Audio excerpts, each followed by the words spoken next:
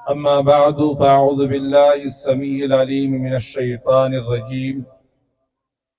بسم الله الرحمن الرحيم. ألا إن أولياء الله لا خوف عليهم ولا هم يحزنون الذين آمنوا وكانوا يتقون. صدق الله مولانا العظيم. إن الله وملائكته يصلون على النبي يا أيها الذين آمنوا صلوا عليه وسلموا تسليما. اللهم صل على محمد وآله وعترته بعدد كل معلوم لك. صلاة وسلاما عليك يا سيدي يا رسول الله وعلى آلك وأصحابك يا حبيب الله.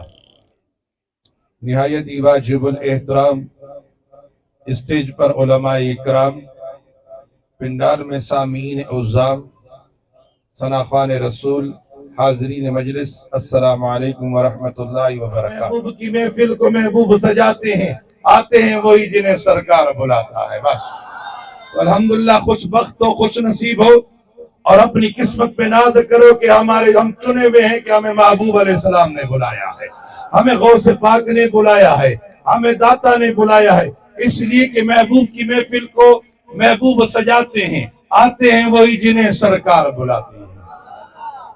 عزیزان من، آج کا یہ مجلس، یہ پروگرام حضور غوث اعظم شیخ عبدالقادر جیلانی قطب ربانی محبوب سبحانی رضی اللہ تعالیٰ عنہ 11ویں شریف کا اہتمام آپ حضرات نے کیا ہے، اور پروگرام کے انداز کو دیکھ کر بڑی خوشی ہوئی، الحمدللہ۔ عزیزان من، یاد رکھیں کہ آج جو مجلس اور یہ پروگرام کا انعقاد اور پروگرام جو ہم کرتے ہیں، سنی حضرات لوگ ہم سے پوچھتے ہیں کہ یارو ہر وقت کبھی 11ویں شریف، کبھی 12ویں شریف، کبھی 6ٹی شریف، کبھی یہ دن، کبھی وہ دن، یہ دن کیوں کرتے ہو، کس لیے کرتے ہو، اس سے کوئی فائدہ ملتا ہے کہ نہیں، اس سے کوئی نفع ملتا ہے کہ نہیں؟ عزیزان من، یاد رکھنا، فائدہ کیوں نہیں ملتا، نفع کیوں نہیں ملتا؟ کہ جب ہم اللہ والوں کا ذکر کرتے ہیں، اس لیے میرے نبی نے فرمایا کہ علی کے چہرے کو دیکھنا عبادت۔ اونچی آواز کے سبحان اللہ۔ علی سے جو پیار کرے وہ نہ بولے تو بڑا بے ایمان ہوگا۔ اونچی آواز سے کہہ دو، علی کے چہرے کو دیکھنا عبادت ہے۔ نبی فرماتے جو علی کے چہرے کو دیکھے تو عبادت ہے، علی کی پشت کو دیکھے تو عبادت ہے۔ غلام کھڑا ہوا، عرض کی یا رسول اللہ، ہم تو یہاں ہیں، علی کے چہرے کو بھی دیکھیں گے تو عبادت بن جائے گی، علی کے پشت کو دیکھیں گے تو عبادت بنے گی۔ 14ویں صدی میں ساکران میں جب 11ویں شریف کا پروگرام ہوگا، 4 اونٹ کٹیں گے۔ انہوں نے نہ علی کو دیکھا، نہ ولی کو دیکھا، نہ غوث کو دیکھا، ان کا کیا ہوگا؟ میرے نبی نے فرمایا علی کے چہرے کو دیکھنا بھی عبادت ہے، علی کی پشت کو دیکھنا بھی عبادت ہے۔ جہاں 4 اونٹ کٹ کے 11ویں کا ذکر ہوگا، وہ علی کا تذکرہ کریں گے، وہ بھی عبادت ہوگی۔ یہ ذہن میں رکھیں کہ علی کا ذکر، نبی کا ذکر، ولی کا ذکر، اور فقیر جو ہے وہ یا تو نبی کا ذکر کرے گا، یا علی کا ذکر کرے گا، یا ولی کا ذکر کرے گا، بس اس کے علاوہ کہیں نہیں جانا۔ عزیزان من، یاد رکھنا کہ نبی کریم علیہ السلام کی غلامی، نبی کریم علیہ السلام کی محبت اس طرح ہو جائے، اس طرح بیٹھے کہ پتہ چلے کہ ہم نبی کے دیوانے ہیں، نبی کے غلام سے اگر کوئی سوال کرے جواب دینے کی ضرورت نہیں ہے۔ آپ سوال کیوں، جواب کیوں دیتے؟ آپ کمزور ہیں کیا؟ آپ کیوں غلط کام کر رہے ہیں کیا؟ آپ کو کوئی کہے کہ یہ تیرا باپ ہے تو دلیل دے، تم دلیل دو گے اپنے باپ کی؟ بولو بولو۔ تم سے کوئی پوچھے صحیح ہے تم جو پیو ہے، دلیل دے، کہانے تو دلیل دے سی، بتاؤ آپ دلیل دو گے؟ ہرگز دلیل نہیں دو گے، موچڑا دو گے کہ تو مجھ سے کون ہوتا ہے میرے باپ کے بارے میں؟ میں اپنے باپ کو جانتا ہوں، میں اپنے باپ کو مانتا بھی ہوں، اپنے باپ کو پہچانتا بھی ہوں، اپنے باپ کو جانتا بھی ہوں۔ میرے غوث اعظم کی 11ویں ہے، میری غوث اعظم 11ویں منایا کرتے تھے، میرے دادا علی حجویری کو 11ویں منایا کرتے تھے، خواجہ خواجگان منایا کرتے تھے، ارے کل اولیاء 11ویں شریف منایا کرتے تھے۔ بزرگوں کی صحبت یہی یاد رہتی ہے، اس لیے اس یاد میں مسلمانوں کو اکٹھا کر کے پیغام محبت پیش کیا جاتا ہے، دین کا پیغام دیا جاتا ہے، اسلام کا پیغام۔ آپ مجھے بتائیں، مجھ سے پہلے نعت خوانی ہو رہی تھی، کیا ہو رہا تھا؟ نعت خوانی ہو رہی تھی، یہ ذکر رسول ہو رہا تھا۔ اب میں جو آپ کے سامنے میں بھی تو نبی کا ذکر کر رہا ہوں، تو ہم 11ویں میں نبی کا ذکر کرتے ہیں، خدا کا ذکر کرتے ہیں، ولی کا ذکر کرتے ہیں، مصطفیٰ کا ذکر کرتے ہیں، صحابہ کا ذکر کرتے ہیں۔ نماز میں ہم نماز پڑھتے ہیں، ہر نمازی کہتا ہے اہدنا الصراط المستقیم، اہدنا الصراط المستقیم، اے اللہ مجھے سیدھے راستے پہ چلا، مجھے سیدھے راستے پر چلا۔ اب جب یہ جملہ کہا اہدنا الصراط المستقیم، اے اللہ مجھے سیدھے راستے پر چلا، آگے کہتے ہیں صراط الذین انعمت علیہم، اے اللہ مجھے ان کے راستے پر چلا جن پر تو نے انعام کیا ہے۔ اب دعا ہم نے مانگی کہ اے اللہ مجھے سیدھے راستے پر چلا، صراط الذین انعمت علیہم، ان کے راستے پر چلا جن پر تو نے انعام کیے۔ وہ کون ہے؟ انعم اللہ علیہم من النبیین والصدیقین والشہداء والصالحین۔ وہ راستہ دیکھیں، نبیوں کا راستہ، صدیقین کا راستہ، شہداء کا راستہ، اللہ اکبر، ولی کاملین کا راستہ، غوث اعظم کا راستہ۔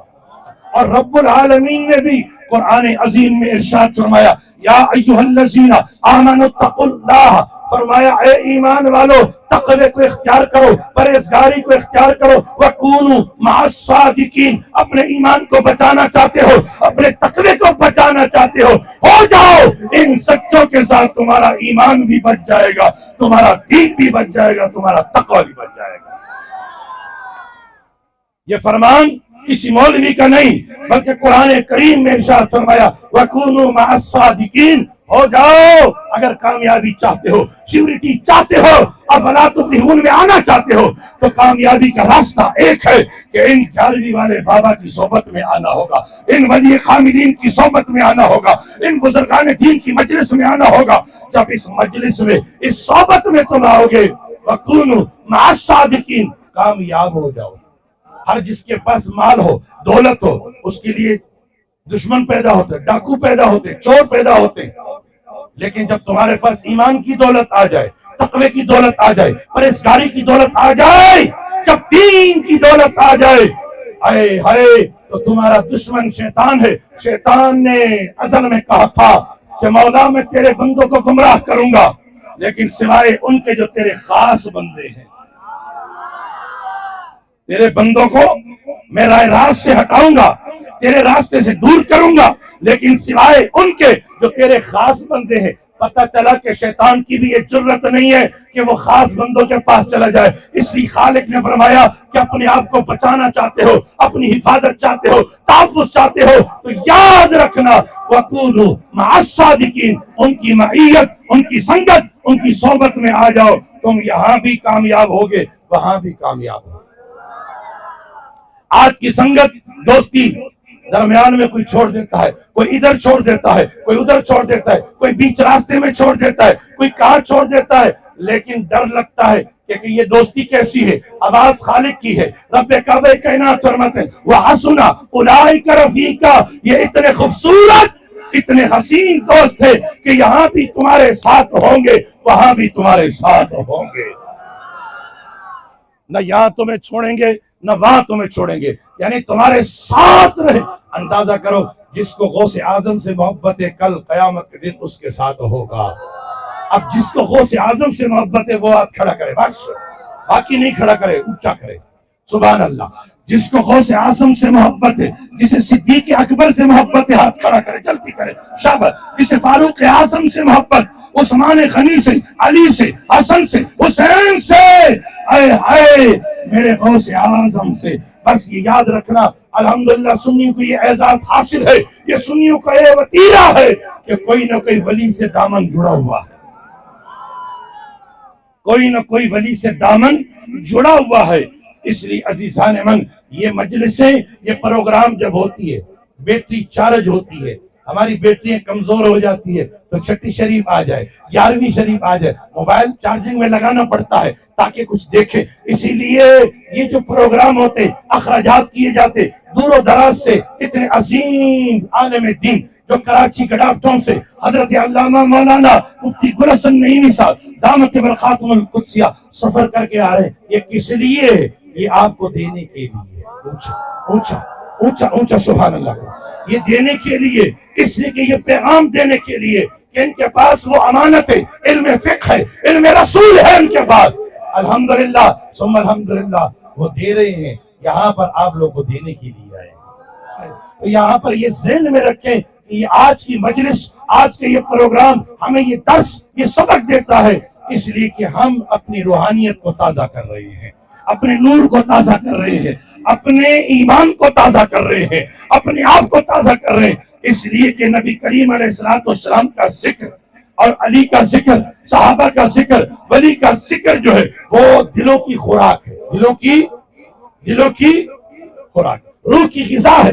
اس لیے یہاں پر یہ پروگرام منعقد کیا گیا، یہ اہتمام، یہ اکرام کیا گیا۔ تو عزیزان من، عرض کرنے کا مقصد صرف اتنا ہے، تقریر علامہ صاحب فرمائیں گے اپنے انداز میں، میں صرف اور صرف آپ لوگوں کو گرم کر کے چلا جاؤں گا۔ کیا کرنا ہے؟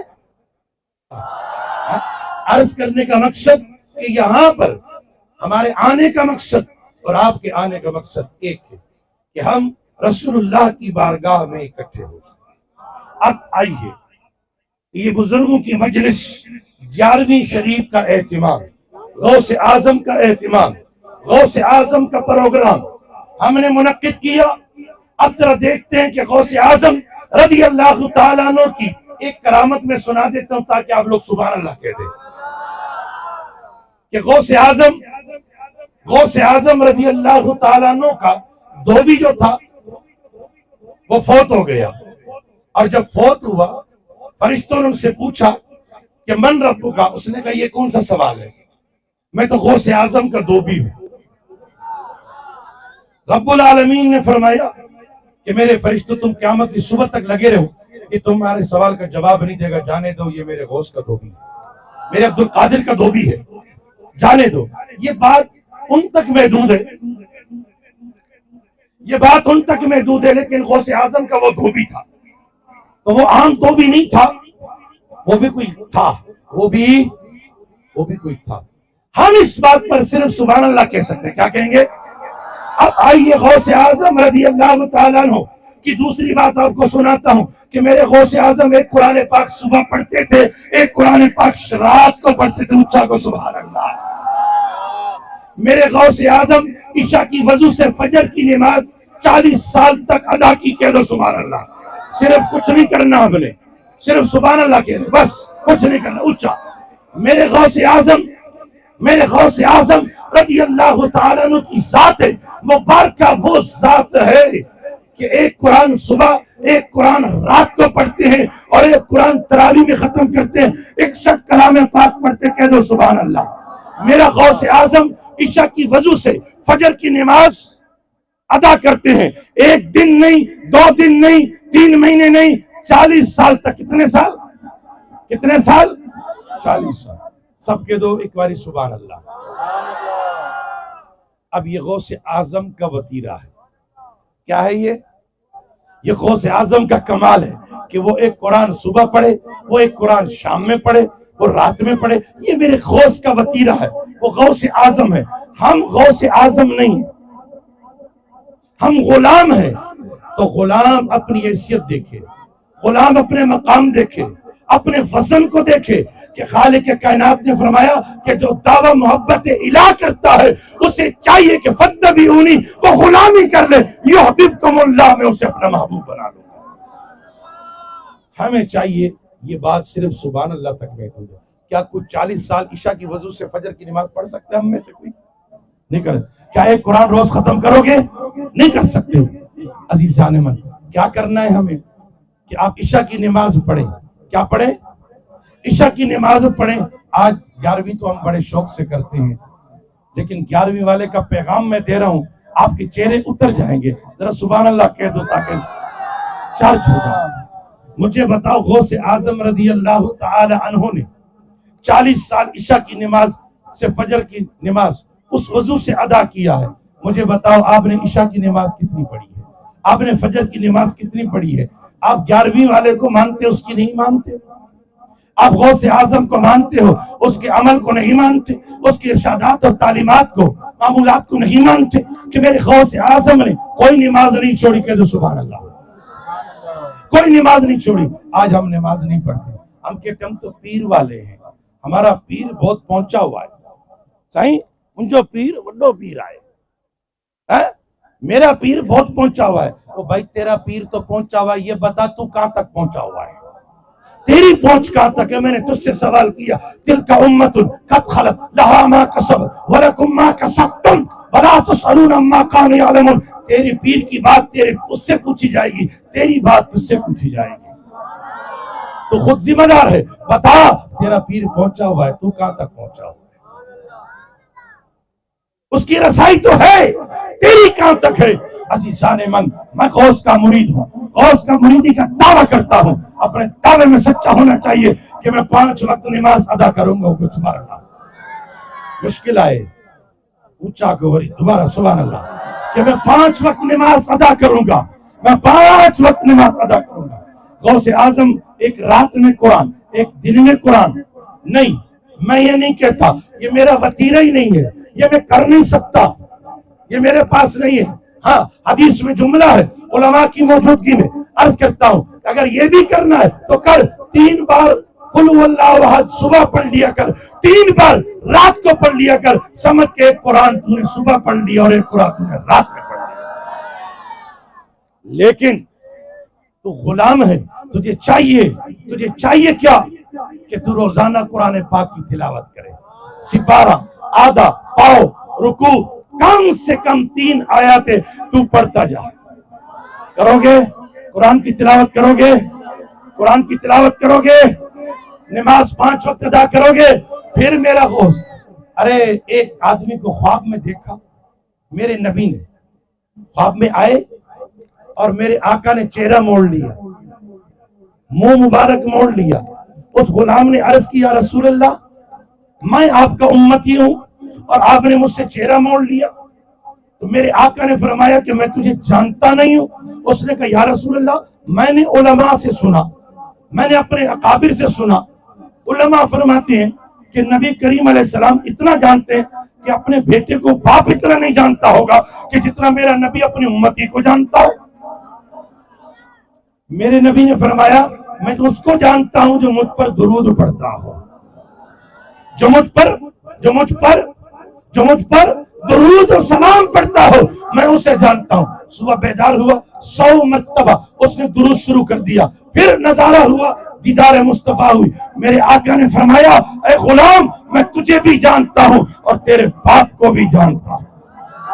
تو عزیزان من, اگر ہم مصطفیٰ کے غلام بنے, ہم غوث اعظم کے غلام بنے, تو پھر مجھے بتاؤ کہ ہم نماز پڑھیں گے؟ آج نماز نہیں پڑھتے, مسجد ویران ہے, مسجد خالی ہیں, قرآن پاک کو اٹھاتے نہیں ہیں. اٹھاتے ہیں کوئی مر جائے تو صحیح قرآن, مولوی صاحب طالب بھیجو. کیوں؟ آج ابے جی قرآن خانی آئے نا, آج ڈاڈے جی قرآن خانی آئے. کیا یہ قرآن مرنے کے لیے ہے؟ ڈاکٹر اقبال کہتا ہے کہ تو نے قرآن سے مرنا تو سیکھ لیا, کاش کہ تو قرآن سے جینا بھی سیکھ لیتا. اس سے جینا بھی سیکھ, صرف مرنا نہیں کہ تو اپنے باپ کو بخشوا رہا ہے, اپنے دادا کو بخشوا رہا ہے. نہیں, یہ تیرے لیے قرآن ہے. یہ پڑھ, اسے سمجھ, یہ پڑھ, اسے عمل کر, اس کے اوپر اس کی تعلیم حاصل کر. تو عزیزان من, آج ہم قرآن سے دور ہیں, قرآن کی تعلیم حاصل نہیں کرتے, قرآن سے ہم دور ہو رہے ہیں. مسجد میں نماز کے لیے نہیں جاتے, نماز نہیں پڑھتے, اور جہاں دیکھا کوئی تماشا فوراً پہنچیں گے, کوئی فلم فوراً پہنچیں گے, کوئی کام ہو بس ضرور پہنچیں گے. کتے کی لڑائی ہو تو پہنچیں گے, مرغیوں کی لڑائی ہوگی تو پہنچیں گے, لیکن جہاں پر دین کی بات ہوگی تو وہاں نہیں آئیں گے. آج یہ پیغام غوثیت ذہن میں رکھ لو کہ ہم نے 5 وقت نماز پڑھنی ہے. کتنی؟ ہم نے 5 وقت نماز پڑھنی ہے, تب جا کر غوث اعظم کہے گا یہ میرا مرید ہے. میرے غوث اعظم رضی اللہ تعالیٰ عنہ کی اتنی کرامتیں کہ غوث اعظم رضی اللہ تعالیٰ عنہ کی کرامتیں بیان کروں تو آپ سبحان اللہ کہتے کہتے تھک جاؤ گے. لیکن کرامتوں کی ضرورت یا نہیں ہے میرے بھائی, استقامت کی ضرورت ہے. ہمیں جو دیا گیا پیغام ہے ہم اس پر عمل کریں کہ ہم 5 وقت نمازی بن جائیں, قرآن پاک کی تلاوت کریں, درود مصطفیٰ پڑھیں. پھر دیکھیں آج ہم نے منہ کے اندر گٹکا ڈال دیا, منہ کے اندر پان ڈال دیے, پھر ہم پڑھتے نہیں. ہم کیا کریں گے؟ ارے یہ ہاتھ کس لیے دیا ہے، یہ منہ کس لیے دیا ہے، یہ زبان کس لیے دی؟ خدا کی یاد کے لیے، مصطفیٰ کی یاد کے لیے۔ آج ہم یہ نہیں کرتے۔ عزیزان من، آج ہم جو تباہ اور برباد ہو رہے ہیں، پریشانی آج جو ہمارے گھروں میں ہے، بازاروں میں ہے، کاروبار میں ہے، جو مصیبتیں ہیں، اس کی بنیادی وجہ صرف ایک ہے۔ وہ ایک کیا ہے؟ وہ کیا ہے کہ آج دین سے دور ہے، قرآن سے دور ہے، نبی کی سنت سے دور ہے، صحابہ کی محبت سے دور ہے، اہل بیت کی اتباع سے دور ہے۔ آج اگر ہم ان کی دامن کو پکڑ لیں، یقین مانیں یہ دنیا دور نہیں، یہ وقت دور نہیں، ہم کہاں سے کہاں پہنچائیں۔ میرے دوستو، خدا کے لیے میرے غوث اعظم رضی اللہ تعالی عنہ نے ساری زندگی ایک نماز قضا نہیں کی، ایک نماز قضا نہیں کی۔ کسی ولی نے نماز تو نماز، تہجد کی نماز بھی قضا نہیں کی۔ میرا حسین قافلہ لے کر گیا کرب و بلا میں، واقعہ نہیں سنا رہا، سمجھا رہا، کربلا پہ لے گیا، کربلا پہ گیا۔ تاریخ لکھتی ہے کہ میرے حسین ابن حیدر نے اس تپتی ہوئی ریت پر، اس سفر میں میرے حسین کا نہ قرآن چھٹا، نہ ایک نماز چھٹی، نہ نماز نہ قرآن۔ ارے نادانو، وہ تپتی ہوئی ریت پر، گرم ریت پر نیزے پہ قرآن سناتا رہا۔ تو نیزے پہ قرآن نہ سنا، تو صوفے پہ بیٹھ کر قرآن سنا، تو پلنگ پہ بیٹھ کر قرآن سنا، تو مسجد کی ٹھنڈے پنکھے کے نیچے قرآن سنا، اپنے آنگن میں قرآن پڑھ۔ تجھے تو یہ کہا کہ نیزے پہ پڑھنا تو میرے حسین کا کام ہے۔ وہ بھوک اور پیاس کے باوجود اس نے قرآن کو نہیں چھوڑا۔ تو کھا کے قرآن پڑھ، تو پی کے قرآن پڑھ۔ تاریخ لکھتی ہے کہ حسین ابن حیدر کا قافلہ شہید ہوا۔ شہادت کے بعد مستورات مدینہ طیبہ واپس آئی۔ بی بی زینب سلام اللہ علیہ کے بارے میں لکھا جاتا ہے کہ مدینے سے مکہ، مکے سے کربلا، کربلا سے دربار یزید، دربار یزید سے پھر مدینہ تشریف لائی ہے۔ بی بی زینب سلام اللہ علیہ کی تہجد کی نماز بھی فوت نہیں ہوئی ہے۔ آپ اندازہ لگا لیں کہ ایک قربانی اس کا نام ہے، دین سے محبت اس کا نام ہے۔ اور کربلا کے اندر میرے حسین نے مہلت نہیں مانگی، لیکن ایک دن مہلت مانگی۔ یزیدیوں سے کہا کہ مجھے مہلت دو۔ انہوں نے کہا کیا گھبرا گئے ہو، پریشان ہو گئے ہو، کچھ سفارش لاؤ گے؟ کہنے لگا نہیں، مہلت اس لیے مانگ رہا ہوں تاکہ میں اللہ اور اس کے رسول کو راضی کر لوں۔ پوری رات قرآن پڑھتے رہے، سجدے پہ سر رکھا۔ اندازہ کرو آپ کے ساتھ ایسی بات آ جائے تو کیا کرو گے؟ لیکن میرے حسین کو دین سے اتنا پیار تھا، قرآن سے اتنا پیار تھا، اس لیے کہ قتل حسین اصل میں مرگ یزید ہے، اسلام زندہ ہوتا ہے ہر کربلا کے بعد۔ تو آج آپ اپنے اندر وہ کربلا پیدا کرے کہ جو شیطان تمہیں کہتا ہے کہ نماز کے لیے نہیں جا، تو چلا جا، اس کو رونتے ہوئے چلا جا۔ عزیزان من، یاد رکھیں کہ ہم غوث اعظم رضی اللہ تعالی عنہ کی 11ویں شریف جو منا رہے ہیں، اس نظریے سے، اس غرض سے ہم منا رہے ہیں کہ ہمارا ایمان تازہ ہو جائے۔ الحمدللہ یہ ایمان تازہ ہوتا رہے گا، اور سنیوں کا یہ وتیرہ ہے کہ الحمدللہ وہ ایمان کو تازہ رکھتے ہیں۔ لیکن بس میری اتنی گزارش ہے، میری کراچی سے میں نے سفر کیا ہے، میں آپ سے ایک التجا کرتا ہوں ہاتھ جوڑ کر کہ آپ لوگ نمازی بنو گے؟ اونچا۔ آپ قرآن پاک کی تلاوت کرو گے، درود شریف پڑھو گے، خدا کے لیے یہ درود پڑھیں، یہ قرآن پڑھیں، اور یہ نمازیں پڑھیں، اپنی مسجدوں کو آباد کریں۔ خدا کی قسم تمہارا گوٹھ بھی آباد ہوگا۔ جن کی مسجدیں ویران ہوتی ہیں، ان کے کراچی شہر دیکھو کیسا آباد ہے، مسجدیں آباد ہیں، مدرسے آباد ہیں، تو گوٹھ بھی، گاؤں بھی، شہر بھی۔ یہ یاد رکھے کہ مسجد آباد ہو گئی تو یہ شہر بھی آباد ہو جائے گا، یہ گاؤں بھی آباد ہو جائے گا۔ خدا کے لیے اپنے مسجدوں کو آباد کرو، اپنے بچوں کو دینی تعلیم کے لیے بھیجو۔ دینی تعلیم کے لیے بھیجو، دینی تعلیم حاصل کریں تو آپ کا گھر بھی آباد ہوگا، آپ کا محلہ بھی آباد ہوگا۔ دعا فرمائیں کہ اللہ تبارک و تعالی میرا آنا اور آپ کا سننا اپنی بارگاہ میں قبول و مقبول فرمائے۔ وقت بھی قلیل ہے، میرا سفر بھی طویل ہے اور میری طبیعت بھی علیل ہے، یہی میری جانے کی دلیل ہے۔ وما علینا الا